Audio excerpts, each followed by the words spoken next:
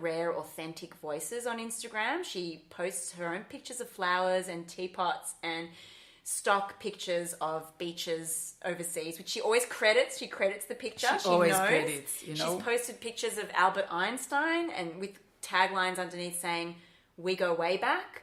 She's posted pictures of Moses getting the 10 Commandments. She's posted pictures of Michelangelo's David. She's posted pictures of what not doing a headstand and then saying that the world looks more better upside down. Yeah. Like she also posts wild videos of her dancing and doing fashion parades in her house with her little Chihuahua dog running around. Like she's endlessly entertaining. Endlessly. She has to be creative at all times, and whether it's a song, whether it's a smashing hit, or whether it's a video of her playing tag with her boys.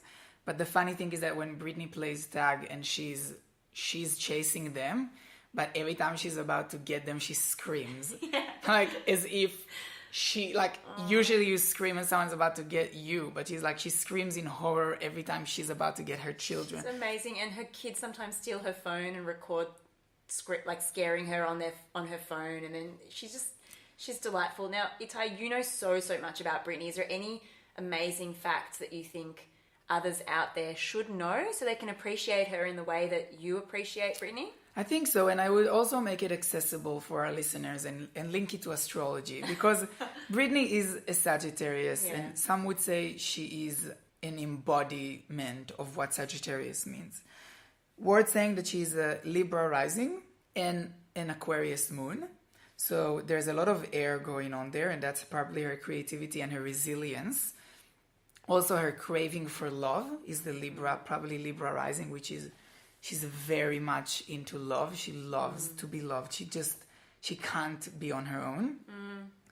But as a Sagittarius, we all know the Sagittarians are wild and free, and they love traveling, and they love being out there and being bold. And Britney often was, asked by the media, "Why are you so sexual? Why are you this? Why are you this?" And she just always said, "I don't see the problem. I'm very comfortable in my own skin," or even being innocent and saying like, "What's wrong with that? I'm just being me," But also another Sagittarian is Christina Aguilera, and we all know the war. And she's only mentioned in reference to Britney Spears. She will always be the shadow. She will always be the shadow. I think it's also the Sagittarius and the shadow of Sagittarius. And we often call Sagittarians the victim or playing the victim. And I hear a lot of criticism from other people saying, "What, Sagittarius are so optimistic, they're so fun." But I don't think people mention enough the shadow of Sagittarius. And the best example is the Britney and Madonna kiss, right? So Britney and Madonna kiss was one of the biggest things that happened in pop culture. I know, and some of our younger listeners might be like, "Who's Madonna?" So Google it. She's a celebrity. She's a Leo. Don't ever say who is Madonna next to Madonna. But young people, they don't know. Yeah, they don't care. Well, Britney kissed Madonna, but Christina also kissed Madonna. No one knows that because the camera went to Justin Timberlake's reaction. And that's the Sagittarius. On one hand, there's this big moment, and on the other hand, the other Sagittarius on stage got to be fuming, completely ignored. So I think something you can learn about Sag is there's that duality, but also something you can learn about Sagittarians is the resilience. They're really like an optimistic sign. They really, from the gutters, they will rise from the ashes. And you can see Britney, Christina, Miley Cyrus, Taylor Swift, Nicki Minaj, so many female... Whoa, Nicki Minaj too. Yes, and these are people that, one of Britney's famous sentences is, "People can take everything away from you, but they can never take away your truth." Wow. But the question is, can you handle mine? And that's like such a Sagittarius sentence is like, you can take everything away from me, but you can't take away my truth. I'll say to your face. Wow. Nicki Minaj as well. All this like Cardi B feud about she's not writing her own lyrics. She's not being truthful. Sages are all about giving it to you, serving you the hot tea. Even Taylor Swift, she's taking breakups. She's taking downfalls. She took the Kanye West incident. She wrote a song about it. She wrote an album, a fucking album about it. She sold it. She's like the most, I think she's the second or the third most earning musician of 2018, you know, they take it and they turn it into gold. Same with Britney, Piece of Me, you know, writing a hit song about being chased by the media. So something we can all learn from Sagittarius is being that. And being optimistic as well. Like, I feel like Britney, in spite of all the ups and downs, she's always remained so positive and so confident about her place in the world. Yes, she's needy for love and attention, but she's now dating this hot 25, I think, bodybuilder. And, you know, all the haters were like, oh my gosh, he's just using her for her fame and you know, it's not going to work out. They've been together for like a while now, over a year. Yeah.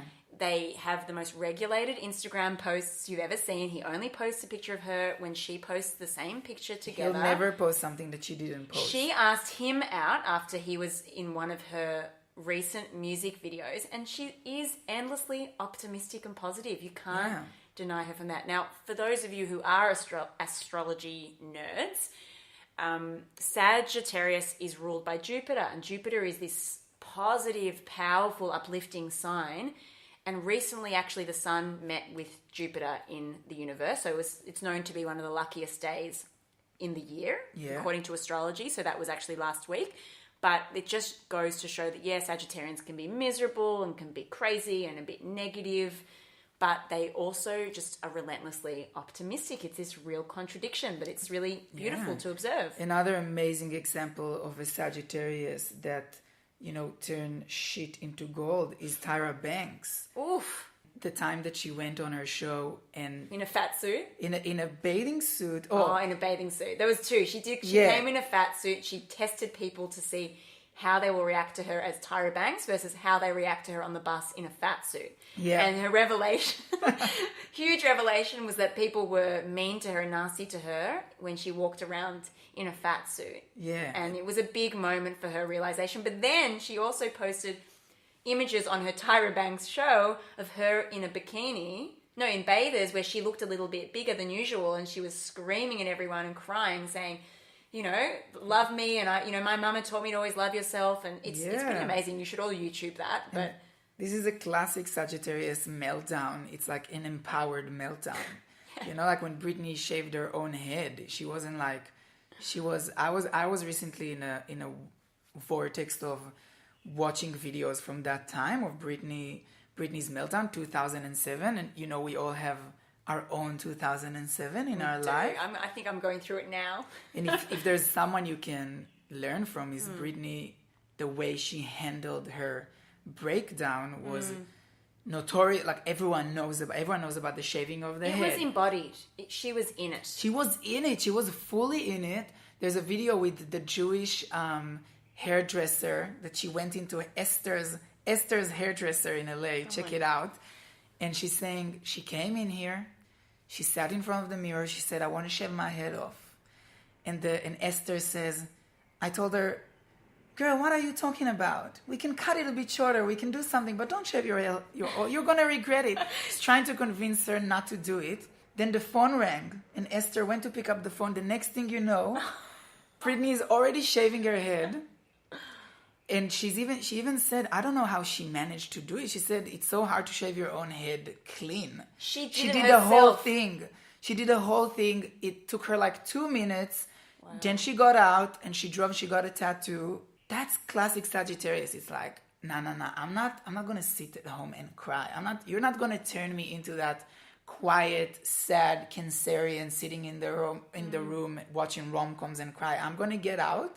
And I'm going to run barefoot in the 7-Eleven. I'm going to shave my own head, get a tattoo, go out party with Paris Hilton. And that's what she did.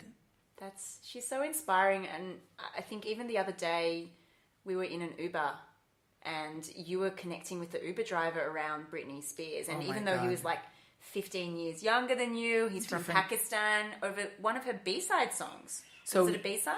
It was actually a single, but it came out from that album when she wasn't really functioning, so they did an animation video. And which you know is always a doubt. Like when the Spice Girls released their animation video for Viva Forever, you knew it was all over Red Rover, and it was. Because Jerry Halliwell had left. Well, she was bullied by everyone else, apparently. Well, I'm sure she's a Sagittarius. I'm sure. Whatever she is.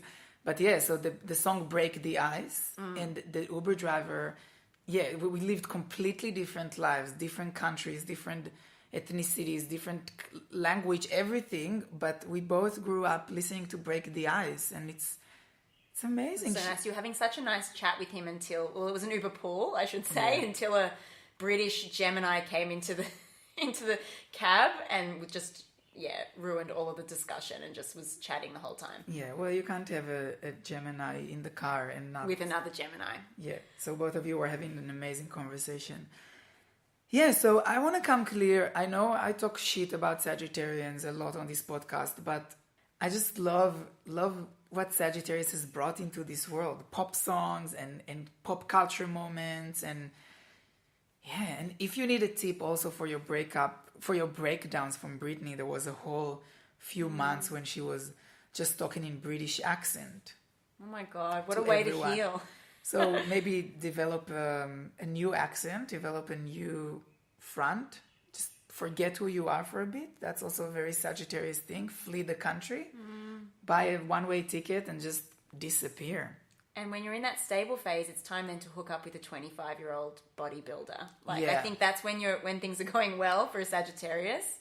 Yeah, well, that's the thing. I feel like everything's happening so well for her, but then all her fans are waiting for her next album after she loses it. Through her Instagram, you could see the glimpses of like insanity. Yeah, she always posts like pictures that say, I'm weird, get over it, things like that. You think you know me, but you have no idea. Yeah, exactly. It's like, what's happening? Oh my God. So given that it is her birthday, today, what would you wish Britney Spears? You are such a big fan. She's been so influential on your life. Honestly, I'm going to say something that's very difficult, but as a Britney fan and Britney fans, we really live in a duality in terms of we want her to give us more all the time. Shout out to Give Me More. We do. We want her to give us more, but we know that she's not that. Like she keeps saying, ever since she was 18, she always said, if I wasn't a singer, I would have been a teacher. I would have been a mother. She wants to be, she's always saying, I'm a shy person. She's also like, I don't believe it. Like, you're a Sagittarius. You fucking performed with a snake in the VMAs. Like, shy, you are not. But I want her to be happy. And if it means that all I'm going to have left is her 9 studio albums and the 5 greatest hits albums that are on Spotify and the B-sides, such as Over to You Now, the song about anal sex, and, other B-sides as well. Like When You Gon' Pull It, which is When Are You Going to Pull It? She really is the queen of the average metaphor. It's not even an innuendo. Like F-U-C-K Amy? What's that one? If You Seek Amy. Yeah, If You Seek Amy. Which what are is the titles? F-U-C-K Me. Doesn't make any sense, does it? What other titles has she had? She's also like spelling love L-U-V. Yeah, well, she's trying to be cool. That's even though it was in 2016. Sorry, I interrupt you. What are you wishing for Britney? I wish her to be happy, even if it means that she doesn't record. If it means all she does all day long is playing tag with her boys. Or releasing perfumes. She has 20-something perfumes called Fantasy, Midnight Fantasy, Sunset Fantasy, Circus Fantasy. She has that. Also, this is an amazing time actually to give a shout out to my favorite podcast, Hold On One Second. We're talking about Britney Spears, which is not really all about Britney, but it is about Britney. And there's a new podcast called It's Britney Beach that's celebrating 20 years of Britney. So if you're Britney fans, go and check it out. Can I ask you one more question as well about Britney? Because I know we could talk about her forever. Let's talk a little bit about her politics, because I know that she also has a lot of fans that are gay, and she has a lot of fans who are obsessed with her, and she engages with politics but in a really weird and disconnected way. Like, do you think, is she political, or is she... That's the thing. Does she get it? Like, is she appreciative of the representation that she has in queer and gay culture? Like, I think a lot of things about her life, I don't think she fully knows what's happening and how big sometimes she is. She definitely knows she's big in the gay world because her song Work Bitch, as she kept on saying in all the interviews, is because gays say bitch as a term of endearment. So it's like an ode to her gay fans. She has videos where she said, I love my gay fans. And she also wrote a letter to her gay friend